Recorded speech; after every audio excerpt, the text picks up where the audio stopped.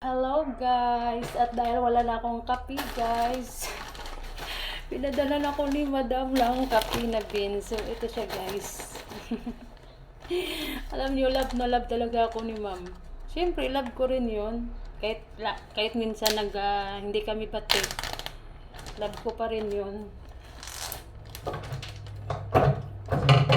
Ilalagay ko siya dito kasi wala na siyang laman guys. Alam niya na wala na akong kape.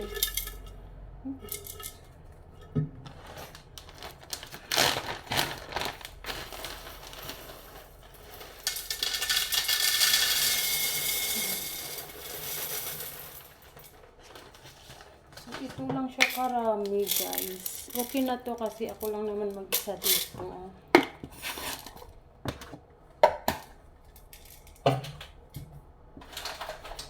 May mga kape rin kami dito na ito yung powder siya, pero pure to siya na kape, pero ayaw kasi nito kasi na sasama yung sapal niya. So ito siya. Galing sa Hulu Coffee. Meron din kami, marami silang kape nung umuwi ako. Alam niyo ba, pinagdadala ko yung ganito, yung mga powder na kape kasi may expire lang pag nandito, hindi nagagalaw. So, pag next year, pag umuwi ako, dadalhin ko na naman to. Siyempre, hinihingi ko kay Ma'am, hinihingi ko sa kanya yun. Nagtimpla na pala ako ng kape guys. So, ito na. Coffee. Alam niyo guys, mabait talaga yan si Ma'am. Sa lahat ng naging amo ko, siya lang yung parang, nung una, hindi kami magkasundo. Ay, magkasundo naman, pero ako kasi, ako yung observer ako, kaya ino-obserbahan ko muna yan nung bago. At saka, ako patient ako eh. Kaya kong magtagal kahit pangit ang ugali ng amo ko. Pero, pag hindi na ako nakakapagtimpi, sumasagot talaga ako. Parang iniipon ko yung mga sinasabi niya sa akin bago ko ibalik sa kanya lahat ng sasabihin ko. Ganun ako. Ganun yung ugali ko. Kasi, Virgo ako eh. Kaya hindi ko alam, ganun ako, basta mga Virgo talaga, ganun yung ugali. Tahimik, introvert, extrovert, ganun kami. Pero, mas gusto ko talaga tahimik, yung parang yung utak ko, pag tahimik yung utak ko, nagkakaroon ng peace of mind, tapos wala akong iniisip, yung ganun. Kaya kami ni Ma'am, matagal na kaming nagsama niyan, simula nung vice siya hanggang mayor, hanggang ngayon nandyan pa rin ako sa kanya.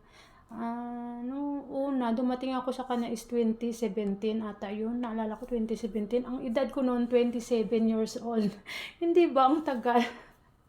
Ang tagal ko na sa kanya. Kasi ang pinatalaga kagusto ko kay Ma'am, madali talaga siyang lapitan pag sa pera talaga, na need mo na talaga yung pera. Pag kailangan mo ng pera, madali talagang siya lapitan. Yun ang pinaka nagustuhan ko sa kanya. Tapos, hindi niya binabawas yun sa sahod mo. Lumalaki lang ng lumalaki yung utang mo. Hindi naman siya nagbabawas. Kaya minsan natatawa ako, kaya ayaw ko lumalaki yung utang ko eh. Sabi ko sa kanya, sige Ma'am, ikaw na magbawas ng utang ko kasi pag ako, hindi talaga ako makapagbawas. Kaya yun, kinikwento ko lang about sa amin dalawa kasi minsan nag-aaway din kami niyan.